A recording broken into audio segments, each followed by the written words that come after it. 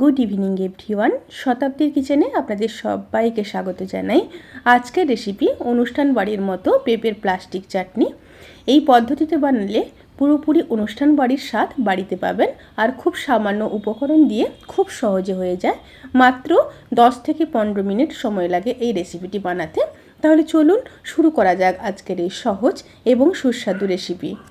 Plastic চাটনির জন্য আমি এখানে একটা মিডিয়াম সাইজের বাড়ির পেঁপে ব্যবহার করেছি। পেঁপেটাকে ভালোভাবে ধুয়ে কেটে নেব।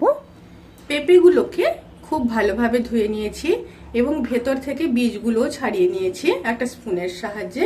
এবার পেঁপেগুলোকে একটা গ্রেটারে গ্রেট করে নেব।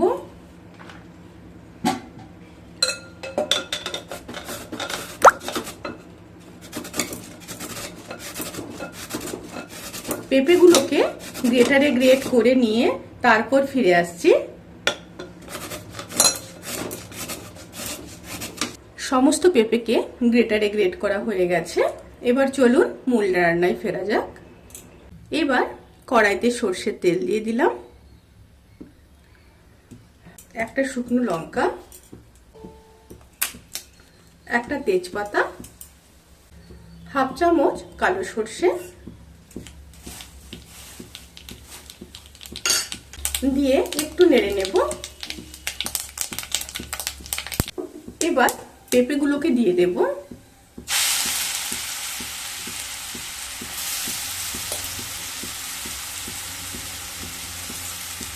সাথে দিয়ে দেব পরিমাণ মতো লবণ, দিয়ে একটু নেড়ে নেব।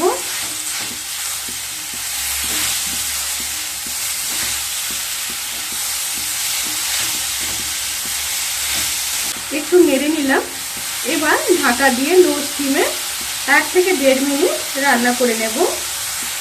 এবার দিয়ে দেব কিছুটা কাজু আর কিছুটা কিশমিশ। কাজু আর কিশমিশটা এখানে আপনারা আপনাদের পছন্দ মতো দিতে পারেন। একটু নেড়ে নেব। নেড়ে নিয়ে এবার চিনি দিয়ে দেব। এখানে আমি মিডিয়াম সাইজের পেঁপে ব্যবহার করেছি, তাই এখানে 150 গ্রাম চিনি দিলাম। খুব ভালোভাবে মিশিয়ে নেব। এই রান্নার ক্ষেত্রে কিন্তু স্টিম অতি অবশ্যই লো টু মিডিয়ামে রাখবেন। বেশিরভাগ সময় লোতে রাখারই চেষ্টা করবেন, তা না হলে কিন্তু রেসিপিটা একদমই খারাপ হয়ে যাবে। খুব ভালোভাবে মিশিয়ে নিলাম। মিশিয়ে নিয়ে আবারও 1 মিনিট রান্না করে নেব। দেখুন চিনিটা খুব সুন্দরভাবে গলে গেছে। এবার নামানোর আগে উপর থেকে একটু লেবুর রস দিয়ে দেব। একটা লেবুর হাফ লেবুর রস ব্যবহার করছি, অতি অবশ্যই কিন্তু দেবেন, তাহলেই কিন্তু খেতে খুব ভালো লাগবে। আবারও খুব ভালোভাবে মিশিয়ে নিচ্ছি। মিশিয়ে নিয়ে বেশিক্ষণ কিন্তু আর রান্না করব না। পেঁপের প্লাস্টিক চাটনি কিন্তু সার্ভ করার জন্য একদম রেডি। এরপর গ্যাসের ফ্লেমটাকে অফ করে দিয়ে ঠান্ডা করে নিয়ে তারপর সার্ভ করব। এই রেসিপিটি কেমন লাগলো প্লিজ কমেন্ট করে জানাতে কিন্তু ভুলবেন না। যদি ভালো লেগে থাকে তাহলে সাবস্ক্রাইব করে পাশে থাকা বেল আইকন প্রেস করে নোটিফিকেশান অল করে রাখবেন।